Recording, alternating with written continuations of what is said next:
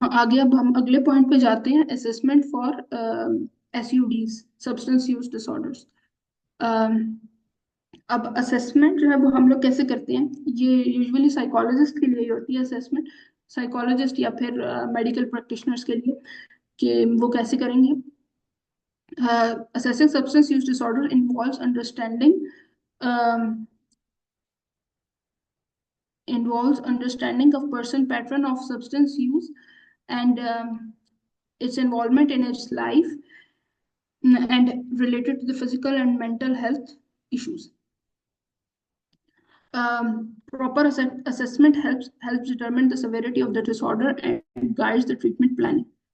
तो सबसे पहले क्या होता है हम लोगों का कि कोई भी हम लोगों ने अगर असेसमेंट करनी है किसी भी सब्सटेंस यूज डिसऑर्डर के साथ, जैसे अगर कोई भी रिहेबिलिटेशन सेंटर में आ जाता है या फिर किसी हॉस्पिटल में एडमिट होता है कोई कोई ऐसा पेशेंट, तो सबसे पहले हम लोग जाते हैं डीएसएम की तरफ कि डायग्नोस्टिक एंड स्टैटिस्टिकल मेन्यू जो है मैनुअल क्या जो है वो क्या बताता है। तो सबसे पहले इसका क्राइटेरिया हम लोग देखेंगे। सबसे पहले इसमें लॉस ऑफ कंट्रोल आता है कि अपने इनमें से जो है ये इस मैनुअल में सबसे मेन चीज हमें ये देखनी होती है कि इसमें से अगर कोई दो या तीन भी सिम्टम्स अगर हमें शो हो रहे हैं तो इसका मतलब है कि जो है वो बंदा सब्सटेंस यूज डिसऑर्डर का शिकार है। तो ये टोटल 11 सिम्टम्स है, जिसमें पहला है कि यूजिंग मोर देन इंटेंडेड, मतलब सोचा हुआ है कि एक एक सिगरेट लेंगे लेकिन ले जो है वो तीन चार ही रहे हैं। फिर उसके बाद unsuccessful attempts to cut down, मतलब छोड़ना चाह रहे हैं लेकिन छोड़ा नहीं जा रहा। Drug spending a lot of time using और रिकवरिंग फ्रॉम यूज, काफी ज्यादा टाइम जो है वो ले रहे हैं यूज करने में भी या फिर रिकवरी में भी, मतलब उस चीज से बाहर आने में भी। Craving and strong urges, craving और strong urges to use, craving बहुत ज्यादा हो रही है, जिस टाइम नहीं ले रहे तो थोड़ी थोड़ी देर बाद दिल करता है बार बार के लिए। सोशल इम्पेयरमेंट होती है, सोशल इम्पेयरमेंट में क्या है कि आप अपनी रिस्पॉन्सिबिलिटीज से बच रहे हैं। सबसे पहले कि अगर कोई बंदा जो है वो जॉब वगैरह करता है तो वो जो है वो उस तरह काम नहीं कर रहा जिस तरह उसे करना चाहिए। स्कूल गोइंग बच्चा है तो वो जो है वो अपनी स्टडीज पे उस तरह नहीं ध्यान दे पा रहा। फैमिली को उस तरह टाइम नहीं दे पा रहा, जो भी फैमिली मेंबर है तो जो भी इन्वॉल्व है। फिर continued use despite causing relationship problems. Usually जो लोग जो है वो सब्सटेंस यूज में होते हैं वो उन्हें रिलेशनशिप प्रॉब्लम्स होती हैं। अगर कोई टीनेजर्स हैं उनको भी फैमिली में डिफरेंट इश्यूज होंगे। अगर कोई शादीशुदा है अपनी वाइफ के साथ या अपने हस्बैंड के साथ जो है वो इश्यूज देखने को उन्हें यूजुअली मिलते हैं। गिविंग अप हॉबीज और activities due to substance use, जिस भी हॉबीज जो भी हॉबीज जो भी चीजें पसंद है करने को पहले किसी टाइम पसंद हुआ करती थी, अब जब सब्सटेंस यूज में है तो नहीं दिल करता।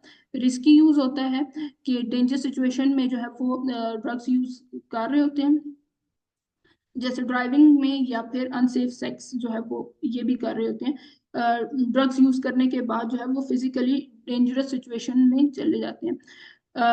Continuing use despite knowing it's causing health issues, तब भी इस्तेमाल करते रहते हैं जैसे सबको पता होता है कि जो है वो सिगरेट से कैंसर होता है लेकिन फिर भी यूज कर रहे होते हैं। Tolerance and withdrawal, tolerance develop होती जाती है वक्त के साथ साथ, ज्यादा सब्सटेंस चाहिए होता है सेम इफेक्ट के लिए, ज्यादा से ज्यादा चाहिए होता है। विड्रॉल सिम्टम्स अगर यूज ना करें तो तब वो शो होने स्टार्ट हो जाते हैं। इसके तीन सेवेरिटी के स्केल्स होते हैं, माइल्ड, मॉडरेट और सेवियर।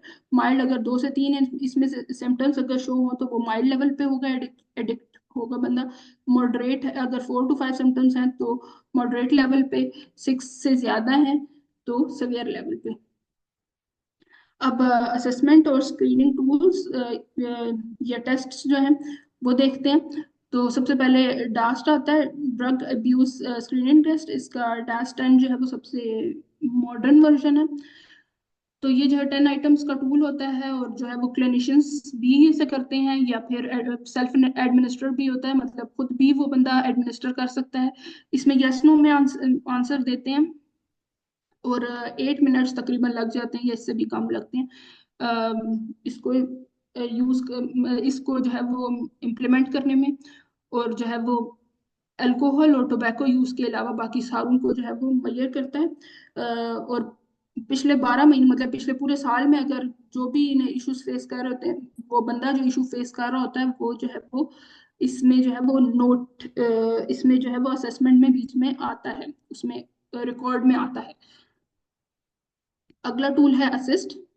इधर मल्टीपल मैंने टूल्स दिए हुए हैं, स्क्रीनिंग के टूल्स दिए हुए हैं। लेकिन आज जो है हम लोग जो प्रॉपरली जिसकी इम्प्लीमेंटेशन सीखेंगे वो डास्ट की सीखेंगे। बाकी का मैं थोड़ा थोड़ा बता देती हूँ, अगर आप लोगों ने अगर कोई और भी सीखने हुए तो आप मुझसे कांटेक्ट कर सकते हैं। असिस्ट है।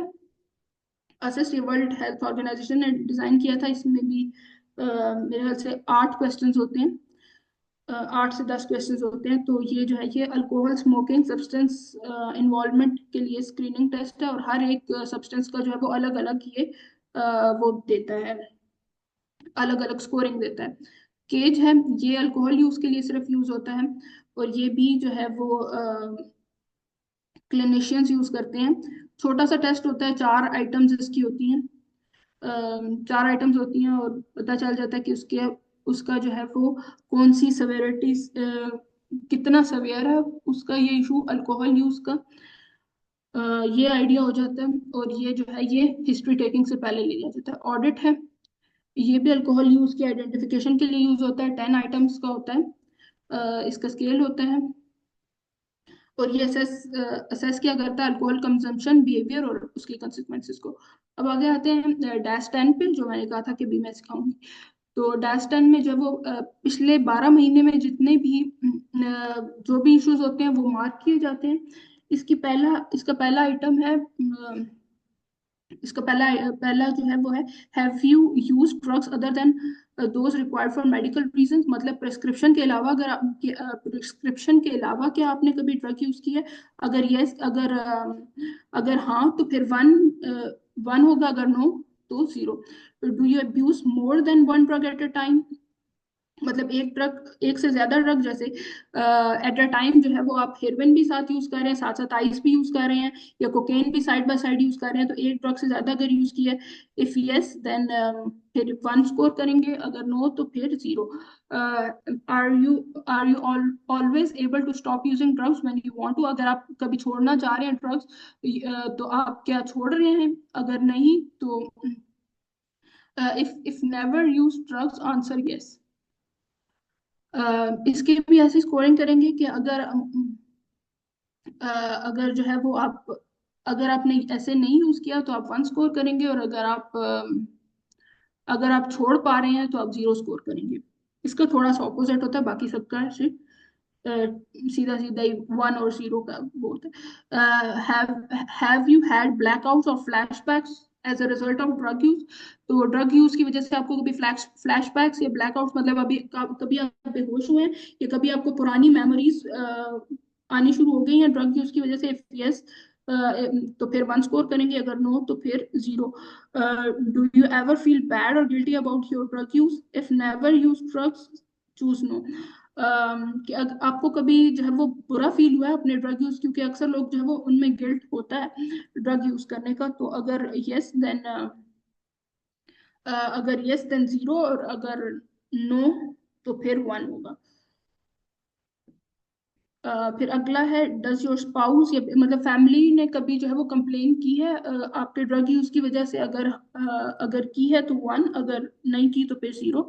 Have you ever neglected your family because of the drug use? आपने कभी अपनी फैमिली को निग्लेक्ट किया है, मतलब उनको टाइम नहीं दिया, कभी ऐसे हुआ है कि ड्रग यूज की वजह से? तो अगर ऐसा है तो फिर 1, और अगर नहीं है तो फिर 0। Have you engage in illegal activities in order to obtain drugs? अब ये पॉइंट आता है, बाकी सारे तो आप सीधे सीधे क्वेश्चंस पूछ सकते हैं, लेकिन ये वाला सवाल यूजुअली जो है वो क्लाइंट्स नहीं देते ऐसे सीधा सीधा। आप अगर उनसे पूछेंगे आप इलीगल एक्टिविटीज में इन्वॉल्व हुए हैं ड्रग्स के लिए, तो वो नहीं कहेंगे, वो कहेंगे हम नहीं इन्वॉल्व हुए। लेकिन ये क्वेश्चन किस तरह पूछते हैं आपने आप ड्रग ऑब्टेन किस तरह करते हैं, आपका जो है वो आप खरीदते किस तरह ड्रग, आप हासिल किस तरह करते हैं, फिर वो अपनी हिस्ट्री बताते हैं। हाँ, हम ड्रग डीलिंग किया करते थे, या हम चोरी चकारी करते थे, या हम ये करते थे, वो फिर अपना इलीगल की पूरी हिस्ट्री बताते हैं, खुद से बताते हैं। लेकिन आप अगर डायरेक्टली पूछेंगे तो वो क्लाइंट्स यूजुअली रिलेक्टेंट होते हैं। Have you ever experience withdrawal symptoms, मतलब अगर आपने कभी ड्रग छोड़ने की कोशिश किया तो आपको विड्रॉल सिम्टम्स शो हुए हैं। Have you ever had medical problems as a result of drug use? For example, memory loss, hepatitis, convulsion या bleedings वगैरह। अगर आपने कभी जो है वो ड्रग यूज की वजह से मेडिकल इशू का शिकार हुए हैं तो इफ यस देन वन, अगर नो तो फिर जीरो। अब इसमें स्कोरिंग किस तरह करते हैं, जितने भी वन है उन सबको प्लस कर दिया, उनको प्लस किया, और जो भी आंसर आया, लेट्स से अगर 5 आंसर आया तो हम लोग यहाँ पे देखेंगे 3 to 5 है अगर ये, तो फिर ये मॉडरेट लेवल है, और moderate level of drug addiction है।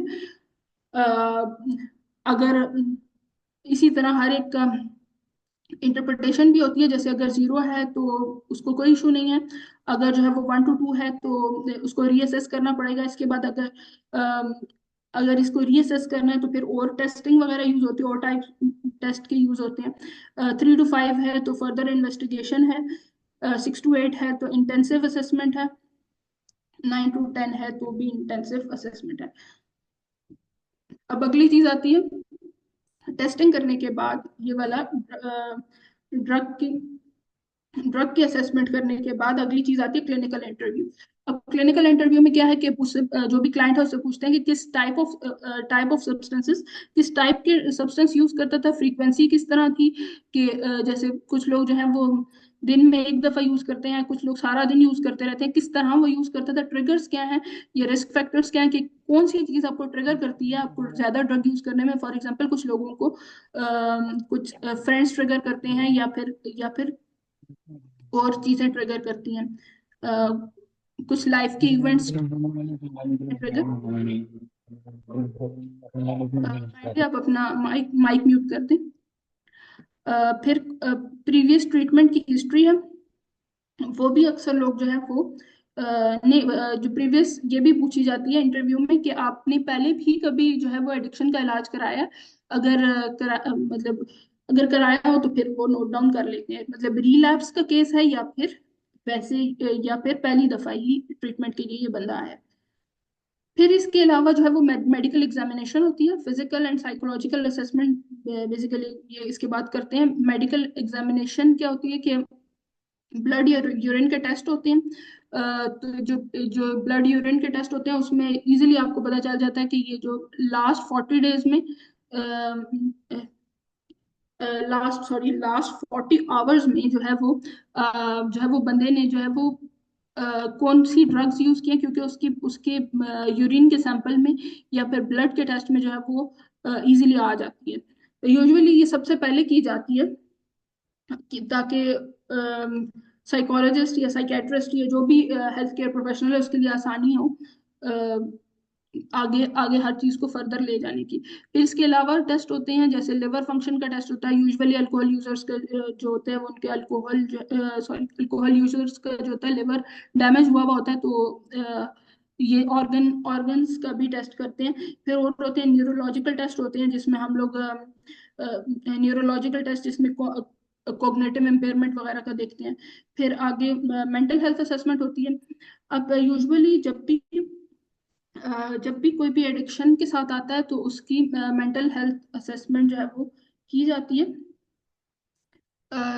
मेंटल हेल्थ असेसमेंट में सबसे पहले तो उसको MMSE कहते हैं, या मेंटल स्टेट एग्जामिनेशन, या मिनी मेंटल स्टेट एग्जामिनेशन का टेस्ट लिया जाता है, जिसमें शुरू में ही पता चल जाता है कि बंदे बंदे में कोई साइकोसिस या इस तरह के साइकोटिक फीचर्स तो नहीं आ रहे उस बंदे में, या कोई भी इस तरह के इश्यूज का वो शिकार तो नहीं है। तो वो बिल्कुल स्टार्ट में की जाता है साइड बाय साइड उसमें, क्योंकि जब कोई भी बंदा जो है वो सब्सटेंस यूज के साथ आता है तो उसको depression, anxiety, post traumatic stress disorder, bipolarity, इस तरह की कंडीशंस, या इवन जो है वो डिल्यूजन्स वगैरह भी, साइकोटिक सिम्टम्स भी आ रहे होते हैं साथ साथ सब्सटेंस यूज के साथ साथ, तो उनके लिए भी टेस्टिंग की जा रही होती है। यूजुअली जो है वो हम लोग जैसे अगर आप लोग सारे साइकोलॉजी के स्टूडेंट्स हैं या साइकोलॉजिस्ट हैं, तो आप लोगों को आइडिया होगा कि बैक डिप्रेशन इन्वेंटरी या इस टाइप के जो है वो डिफरेंट टेस्ट होते हैं। तो वो जो है वो किए जाते हैं इसके लिए, को अकरिंग डिसऑर्डर्स के लिए। फिर ट्रॉमा और स्ट्रेस की हिस्ट्री ली जाती है, जब उस क्लाइंट की जो है वो पूरी हिस्ट्री ली जाती है, जो भी सब्सटेंस यूज के साथ आता है, तो उसका जो है वो उसके ट्रॉमा को जो है वो लोकेट किया जाता है कि किसकी वजह से जो है वो बंदा जो है वो सब्सटेंस यूज का शिकार हुआ है, या फिर कौन सी लाइफ में ऐसे स्ट्रेसफुल इवेंट्स हैं जिसकी वजह से वो ड्रग यूज कर रहा है। फिर अगली चीज आती है सोशल एंड एनवायरमेंटल फैक्टर्स।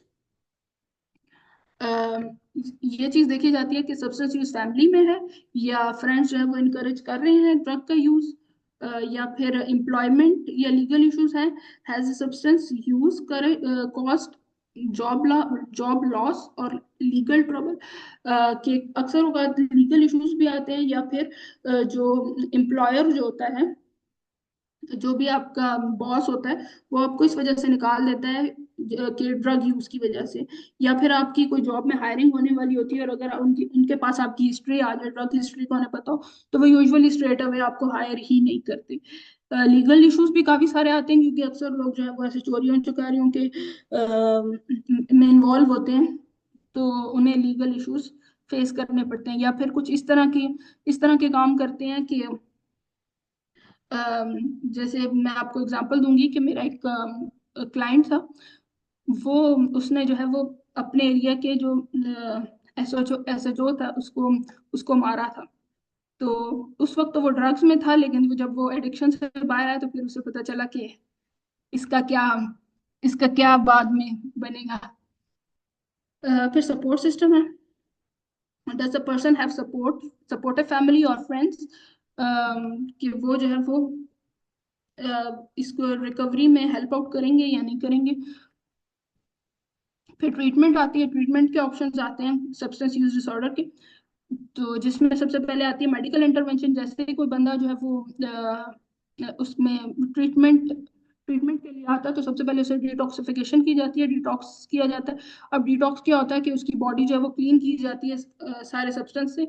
अब वो कुछ कुछ दिन जो है वो बंदा कुछ मतलब जैसे ही वो हॉस्पिटलाइज होता है या रिहेबिलिटेशन सेंटर में आता है, तो उसकी बॉडी में से सारे हार्मफुल सब्सटेंसेस मतलब ड्रग्स वगैरह निकाली जाती हैं, और ये जो ड्रग्स बॉडी से निकलती हैं, तो इसके दौरान जो है वो काफी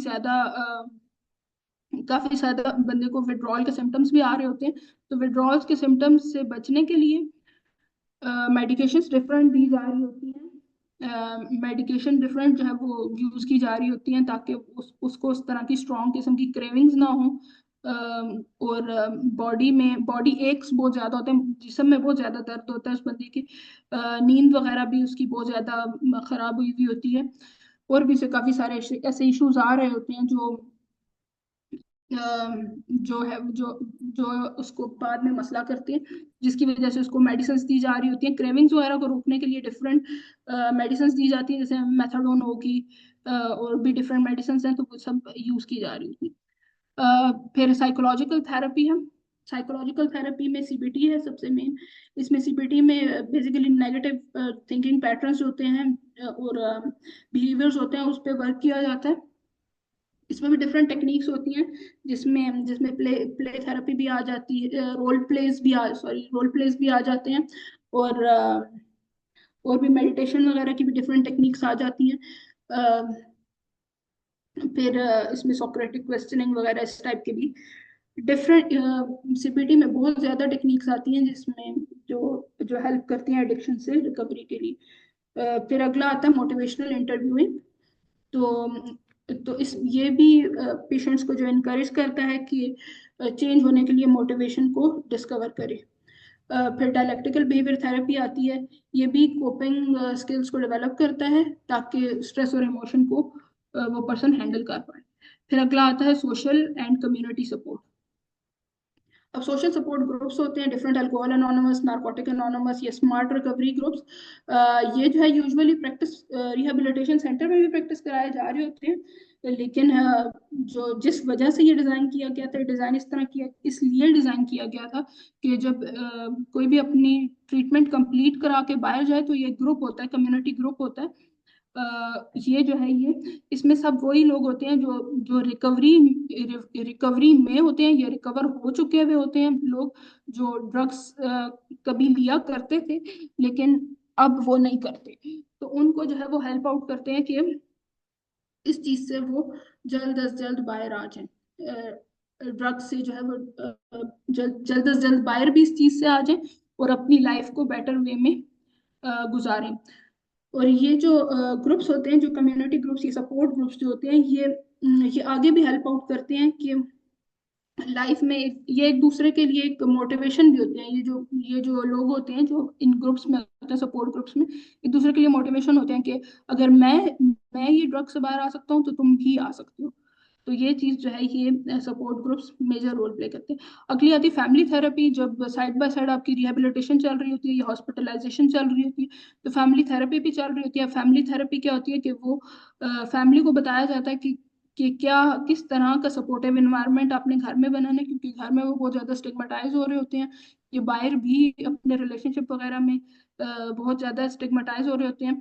तो वो स्टिग्मा से हटने के लिए फैमिली थेरेपी होती है। और दूसरा ये होता है कि जब वो घर में होते हैं तो उनके रिलेशनशिप्स अपने फैमिली मेंबर्स के साथ बहुत ज़्यादा ख़राब होते हैं, मियाँ बीवी के आपस में बहुत ख़राब हुए होते हैं। पेरेंट्स हैं तो पेरेंट्स के साथ क्योंकि उनका इम्पल्सिव बिहेवियर होता है या अपनी नॉन सीरियसनेस होती है, मतलब ड्रग्स की वजह से नॉन सीरियस वो हो चुके हुए होते हैं अपनी लाइफ में, जॉब्स वगैरह को लेके और इन चीज़ों को। तो ये चीज़ फैमिली थेरेपी इसमें हेल्प आउट करती है। अब अगला आता है होलिस्टिक एंड इंडिविजुअलाइज्ड अप्रोचेस। अब ये क्या है, ये इसमें माइंड बॉडी अप्रोच आती है। माइंडफुलनेस मेडिटेशन ये जो है ये हेल्प करती है कि क्रेविंग्स वगैरह को मैनेज करने के लिए। ये डिफरेंट अप्रोचेस होती हैं, ये सीबीटी में भी आती हैं, डीबीटी में भी आती है, डिफरेंट में मतलब डिफरेंट किस्म की थेरेपीज में माइंडफुलनेस की आती है। तो ये हेल्प करती है कि पेशेंट जो है वो जल्द से जल्द रिकवर हो और उस चीज से बाहर आ जाए, स्ट्रेस जल्द से जल्द रिकवर हो। और जैसे अब जैसे एक दफा ट्रीटमेंट तो अब कंप्लीट हो ही गई है उस बंदे की, लेकिन ट्रीटमेंट कंप्लीट होने के बाद जब उसे क्रेविंग्स ना हो उस ड्रग से उस ड्रग के लिए क्रेविंग्स ना हो, या फिर वो स्ट्रेसफुल सिचुएशंस में ड्रग की तरफ ना जाए। योगा और एक्सरसाइज होती है, ये भी ब्रेन की फंक्शनिंग इंप्रूव करती है और एंजाइटी को रिड्यूस करती है। अगली चीज आती है lifestyle changes and relapse prevention. Healthy eating और स्लीप जो है वो मेजरली वर्क करती है इस चीज में। Support brain healing and energy level improve होता है और ब्रेन हील होता है। हेल्दी ईटिंग्स मतलब यूजुअली कुछ चीजें जो है वो प्रमोट की जाती हैं खाने के लिए, जो आपकी जो है वो हीलिंग में इफेक्ट करती है, आपकी जो है वो ड्रग एडिक्शन से बाहर आने में बहुत ज्यादा हेल्प आउट करती है। तो वो वाली हेल्दी ईटिंग यूजुअली नट्स वगैरह काफी कहा जाता है, वो यूज करते हैं। और या फिर इलायची वगैरह काफी खाते हैं लोग जो है वो क्रेविंग्स के दौरान। तो इस तरह हेल्दी ईटिंग। फिर अगला आता है स्ट्रेस मैनेजमेंट, क्योंकि जब भी कोई स्ट्रेसफुल सिचुएशन होती है तो रिलैप्स होने का सबसे ज्यादा खदशा होता है।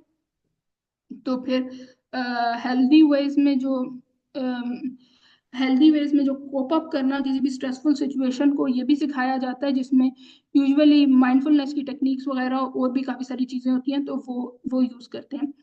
Individualised care plans. अब ये जो पॉइंट है इसमें ये है कि अब हर बंदा जो है, अब हर बंदे को एक तरह की ट्रीटमेंट प्लान नहीं दिया जाता, क्योंकि हर एक का मसला अलग अलग है। फॉर एग्जांपल मैं अपने क्लाइंट्स की एग्जांपल आपको दूंगी कि एक बंदा था, एक मेरा क्लाइंट था जो होमोसेक्सुअलिटी के साथ आया था। तो होमोसेक्सुअलिटी के इशू के साथ आया था साइड बाय साइड उसकी ड्रग एडिक्शन के साथ। तो उसके साथ हम डिफरेंट प्लान अप्लाई करते थे, लेकिन एक बंदा जो था वो अब्यूज के केस के साथ आया था। तो वो उसके साथ हम अलग तरह की अप्लाई करते थे। अप्रोच, पूरी की पूरी ट्रीटमेंट अप्रोच अलग थी, क्योंकि अलग तरह की थेरेपी देनी होती है, उनकी हर चीज जो है वो डिफरेंट होती है। तो हर बंदे का अलग तरह का ट्रीटमेंट प्लान बनता है। फिर साइड बाय साइड क्या होता है, उनकी मेंटल हेल्थ नीड्स को भी देखा जाता है। जैसे अगर कोई बंदा जो है वो बाइपोलैरिटी के साथ आ रहा है, तो उसको फिर उसी उसी के अकॉर्डिंग उसको डील करना पड़ता है। और एक बंदा जिसको नहीं है तो उसको डिफरेंट वे में डील करना पड़ता है। Their social and family environment, अगर फैमिली इन्वायरमेंट उनका जो है वो अलग तरह का है, एक बंदा बिल्कुल जॉइंट फैमिली में रहता है, या फिर किसी गांव वगैरह से आया, तो उसको बिल्कुल डिफरेंट वे में हम डील करेंगे। अदर एक बंदा जो है वो न्यूक्लियर फैमिली में रहता है, तो उसको डिफरेंट वे में डील करेंगे। Personal personal motivation for recovery, अब उसकी अपनी मोटिवेशन कितनी है रिकवर होने के लिए, तो ये चीज़ भी मेजर रोल प्ले करती है। अब मैं आपके साथ एक केस स्टडी शेयर करूंगी। अ, आपके साथ एक केस स्टडी मैं भी शेयर करूंगी अपने एक क्लाइंट की। नाम तो सारी बातें नहीं, एनोनिमस रखा जाएगा।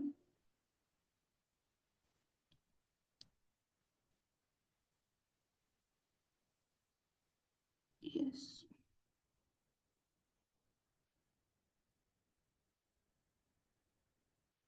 अच्छा, अब केस स्टडी क्या है कि एक बंदा था, लेट्स से उसका नाम था जॉन डो, ठीक है। जॉन हम लोग उसे कह देंगे। 32 साल उसकी एज थी, मेल था। और ऑक्यूपेशन क्या था उसका, वो पेंट करता था, वॉल वॉल्स पे पेंट, जैसे नॉर्मली मजदूरी जो करते हैं वो था। मैरिटल स्टेटस उसका था, वो मैरिड था, और अर्बन एरिया में रहता था, कराची वाली साइड पे रहता था, ठीक है। तो इसकी प्रेजेंटिंग प्रॉब्लम क्या थी, उसका इशू था कि वो सब्सटेंस यूज डिसऑर्डर के साथ आया था। सब्सटेंस यूज डिसऑर्डर में अ, उसने सब्सटेंस यूज डिसऑर्डर में आने से पहले उसने सवियर फाइनेंशियल डिस्ट्रेस देखा, रिलेशनशिप कॉन्फ्लिक्ट्स भी देखी, और ओवरडोज भी वो किया करता था। He had been using heroin and alcohol for the past 10 years. His family persuaded him to enter rehabilitation after he was hospitalized due to the overdose. अब इस बंदे की बैकग्राउंड हिस्ट्री में देखते हैं। जो जॉन था, ये लोअर लोअर क्लास से ये बंदा बिलोंग करता था। इसके फादर की जो है वो डेथ हो चुकी थी बिल्कुल बचपन में ही। और इसकी मदर जो थी वो नर्स थी। मतलब अपनी जवानी में नर्स रही हुई थी, लेकिन अब वो रिटायर हो गई हुई थी। सारी फैमिली के जो फाइनेंसेस वगैरह थे वो वही हैंडल करती थी, मैनेज करती थी। तो अब ये जो जॉन था, ये किस तरह ड्रग एडिक्शन की तरफ गया। इसने जो है ये अभी कम ही एज थी, 16 साल का था। तो इसने जो है ये स्नूकर क्लब ज्वाइन कर लिया। जैसे हर एक यंगस्टर का टीन एज का शौक होता है स्नूकर स्नूकर क्लब में जाने का, तो इसको भी था। वहां पे गया तो वहां का स्नूकर क्लब का काफी सारे लोगों को आइडिया होगा कि स्नूकर क्लब का एनवायरनमेंट कुछ ऐसा होता है कि वहां पे ड्रग्स बहुत ज्यादा कॉमन होती है, ड्रग डीलिंग भी कॉमन होती है और ड्रग करना भी कॉमन होता है। वहां जाके वो जो है वो ड्रग्स में इन्वॉल्व हो गया। वक्त के साथ साथ शुरू में तो उसने टोबैको प्रोडक्ट्स से स्टार्ट किया, पान वगैरह से स्टार्ट किया, साथ ये नस्वार वगैरह से स्टार्ट किया, लेकिन वक्त के साथ साथ वो हेरोइन की तरफ चला गया। हेरोइन और आइस वगैरह की स्टिमुलेंट्स की तरफ, आइस की तरफ चला गया, मेथाम्फेटामिन की तरफ। 22 साल की उम्र तक जब वो इस एज में पहुंचा तो वो आइस और हेरोइन दोनों का शिकार हो गया। फिर इन 2 सालों में इसने जो है वो इसके बाद 2 सालों में जो है वो उसने हेरोइन पे डिपेंडेंसी शो करनी स्टार्ट कर दी। इसके साथ साथ उसने जो है वो इसके हेरोइन की डिपेंडेंसी की मेजर रीजन ये भी थी। एक तो उसका चॉइस ऑफ ड्रग हेरोइन था, दूसरा ये कि उसकी अफोर्डेबिलिटी या उसकी जो पोटेंसी थी, मतलब वो जब लेता था तो उसको जो है वो हाई उस तरह फील कराती थी। और दूसरा ये था कि इसके इसके अलावा जो था वो साथ साथ ड्रग्स के साथ साथ वो रिस्की बिहेवियर्स में भी इन्वॉल्व हो गया था, जिसमें अ, जिसमें जो है वो थेफ्ट आ गया, वो मोबाइल स्नैचिंग में बहुत ज्यादा इन्वॉल्व था। और ड्रग डीलिंग में भी, मतलब सेलिंग ड्रग्स में भी इन्वॉल्व था। साइकोलॉजिकल और बिहेवियरल सिम्टम्स उसके, मूड स्विंग्स उसमें बहुत ज़्यादा थे, इरिटेबिलिटी उसमें बहुत ज़्यादा थी, social withdrawal from family and friends, family में उसका कोई सिंगल सिंगल बॉर्न चाइल्ड था वो, तो उसकी फैमिली में ऐसा कोई था नहीं, लेकिन बाद में जब उसकी शादी हुई है तो फिर भी वो अपनी फैमिली में इतनी ज्यादा इन्वॉल्वमेंट नहीं शो करता था। इसको इसका एक्सटेंट इतना ज्यादा था कि उसकी उसकी वाइफ कोई काम किया, उसकी बाद में शादी होगी तो उसकी वाइफ कोई जॉब किया करती थी, तो वो जॉब से आके आधी रात को ये कहीं ना कहीं बहुत ज्यादा हैवी डोज करके कहीं ना कहीं बेहोश हुआ पड़ा होता था ये बंदा, तो उसको जाके ये उठाने जाती थी, या फिर लोगों को पैसे दे के ढूंढती थी कि वो, लोगों को पैसे दे के वो कहती थी कि ये कहाँ पे है, पता कराती थी कि मुझे बस उसका पता बता दो कि किधर है। तो इस हद तक उसका जो था वो जो ड्रग्स में वो बंदा इन्वॉल्व था, सोशल विड्रॉल इस लेवल का था, social withdrawal for from families and friend, illegal activities में वो बहुत ज्यादा इन्वॉल्व था। जहाँ यहाँ पे मैंने बताया इसका ऑक्यूपेशन जो था वो पेंटर था वो, तो जो पेंटिंग से जो पेंट करता था, जो पैसे कमाता था, तो वो सारे के सारे जो है वो ड्रग्स में ही लगाता था। तो जो उसके बच्चे वगैरह थे, उसकी फैमिली जो थी, उसमें कोई भी उसकी इन्वॉल्वमेंट नहीं थी, लो सेल्फ स्टीम थी। बेसिकली वो बंदा बिलोंग करता था क्रिश्चियन कम्युनिटी से, तो हमारे यहाँ क्रिश्चियन कम्युनिटी को उस तरह नहीं दिया जाती इम्पोर्टेंस, और उस तरह फैसिलिटेट नहीं किया जाता, तो उसमें उस वजह से लो सेल्फ स्टीम भी थी, और ड्रग्स करने की वजह से उस चीज तो ये चीज और भी ज्यादा बढ़ गई भी थी। और फीलिंग ऑफ होपलेसनेस थी कि आगे जाके क्या होगा, कुछ भी नहीं होगा लाइफ में, मैं कुछ नहीं कर सकता। इम्पेयर्ड कोग्निटिव फंक्शनिंग थी, और डिसीजन मेकिंग फोकस वगैरह उसका बहुत ज्यादा खराब था, अटेंशन इस तरह नहीं थी, और डिसीजन मेकिंग भी उस बंदे की बहुत खराब थी। अब इसकी असेसमेंट हुई, असेसमेंट में डीएसएम का क्राइटेरिया वगैरह देखा, तो उसमें इसका सवेयर ओपियोइड यूज डिसऑर्डर आया। फिर ट्रीटमेंट में उसकी जैसे बाकियों का होता है कि डिटॉक्सिफिकेशन वगैरह स्टार्ट की, बिहेवियरल थेरेपी में सीबीटी सीबीटी इस पे की, अप्लाई की, साथ साथ इसकी कॉन्टिजेंसी मैनेजमेंट भी की, इम्प्लीमेंट की, उसके ट्रिगर्स वगैरह आइडेंटिफाई किए, कोपिंग स्ट्रेटजीज उसको सिखाई, उसमें डेवलप कराई, और पॉजिटिव बिहेवियर्स को री इन्फोर्स किया। सपोर्ट ग्रुप्स और काउंसलिंग में भी उसको साइड बाय साइड रखा, और फैमिली थेरेपी भी उसकी साथ साथ चलती रही। बाद में इसकी प्रोग्रेस क्या हुई कि 6 महीने के बाद जो है वो सोबर हो गया वो बंदा, मतलब ड्रग्स के बगैर वो रहना स्टार्ट हो गया, उसने अपना रिलेशनशिप रिबिल्ड किया, फैमिली को रिबिल्ड किया, इस हद तक हो गया कि वो स्पिरिचुअलिटी की तरफ भी आने लग गया वो बंदा, और फैमिली रिलेशनशिप्स भी उसके अपनी वाइफ और बच्चों के साथ अच्छे होने लग गए स्टार्ट, और जो है वो उसका ये ट्रीटमेंट है वो बहुत अच्छे से हो गई।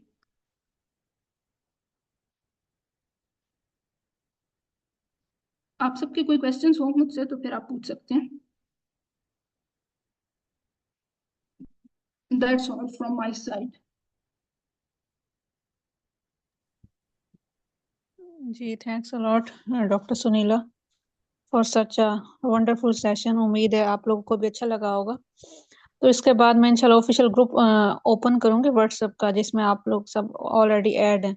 तो वहाँ पे आप सब लोग हमें फीडबैक दीजिएगा related to session, related to organisation, और साथ ही साथ हम अपनी अपकमिंग अपडेट्स देख लेते हैं कुछ, जिसमें हमारे पास इंशाल्लाह न्यू 9 मार्च को जो है बैक पेन मैनेजमेंट के हवाले से एक वर्कशॉप होने जा रही है, जो हमारी एकेडमी की फिजियोथेरेपिस्ट हैं डॉक्टर समन, वो करवाने जा रही हैं फ्रॉम इस्लामाबाद।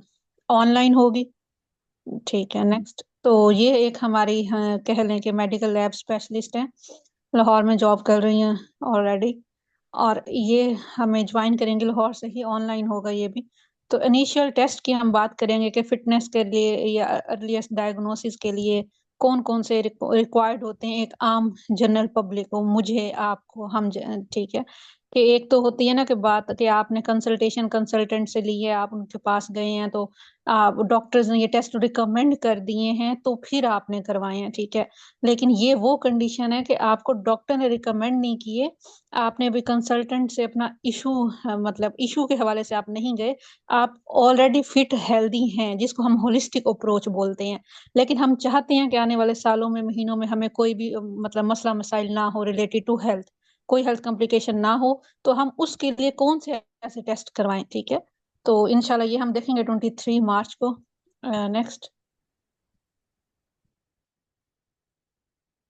अभी हमारी एक और वर्कशॉप बाकी है, ठीक है, मार्च में, जो कि होगी, वो भी हमारी एक फिजियोथेरेपिस्ट है वो करवाएंगी। तो टॉपिक का नाम तो मुझे तब भी पता चलेगा जब नेक्स्ट जाएगा। चले खैर, तो ये हमारी मार्च का शेड्यूल है इंशाल्लाह। ये हमारी फर्स्ट वर्कशॉप थी जो डॉक्टर सुनीला ने आज करवाई है। तो हमारी जो है ऑलरेडी सारी ये वेरिकोज वेन्स के हवाले से हमारी ऑलरेडी सारी की सारी वर्कशॉप्स जो हैं और इंटर्नशिप्स जो हैं, ठीक है, वेबिनार्स वगैरह, ये सब के सब अगर हम फ्री कह भी देना नॉलेज के लिए आप लोगों के लिए, तो हमें वो मसला नहीं है, ठीक है। हम बेसिकली काम ही अवेयरनेस पे और नॉलेज पे कर रहे हैं कि हम लोग घर बैठे कम से कम अपना अपनी फैमिली का ख्याल रख सकें, ठीक है। लेकिन सर्टिफिकेशन ऑफ कोर्स एक डॉक्टर आपको टाइम दे रहा है, हमारी एकेडमी जो है वो रजिस्टर्ड है, आप लोग वेबसाइट विजिट कर सकते हैं। डेट्स वाई सर्टिफिकेशन की हम लोग चार्जेस रख रहे होते हैं, ठीक है। तो अब नेक्स्ट हमारे सोशल मीडिया के अकाउंट्स आप विजिट करें मजीद फर्दर डिटेल्स के लिए, वेबसाइट भी विजिट करें आप लोग, ठीक है। फेसबुक पेज है, हमारा यूट्यूब चैनल है, रिकॉर्डेड लेक्चर्स हमारे 2024 के भी सारे वहां पे पड़े हुए हैं, ठीक है। ये भी इंशाल्लाह लेक्चर जो है वो रिकॉर्ड हो जाएगा, हमारा अपलोड हो जाएगा अभी कुछ ही देर में, ठीक है। उसके बाद फेसबुक का हमारा है, टिकटॉक का है हमारा, ठीक है। तो आप लोग विजिट कर सकते हैं। Thanks a lot for precious time again जिन पार्टिसिपेंट ने ज्वाइन किया, और मैम सुनीला आपका भी। तो हम लोग वाइंड अप करते हैं इंशाल्लाह। फर्दर डिस्कशन जो है वो हमारे ऑफिशियल व्हाट्सएप ग्रुप में होगी। अल्लाह हाफिज, टेक केयर।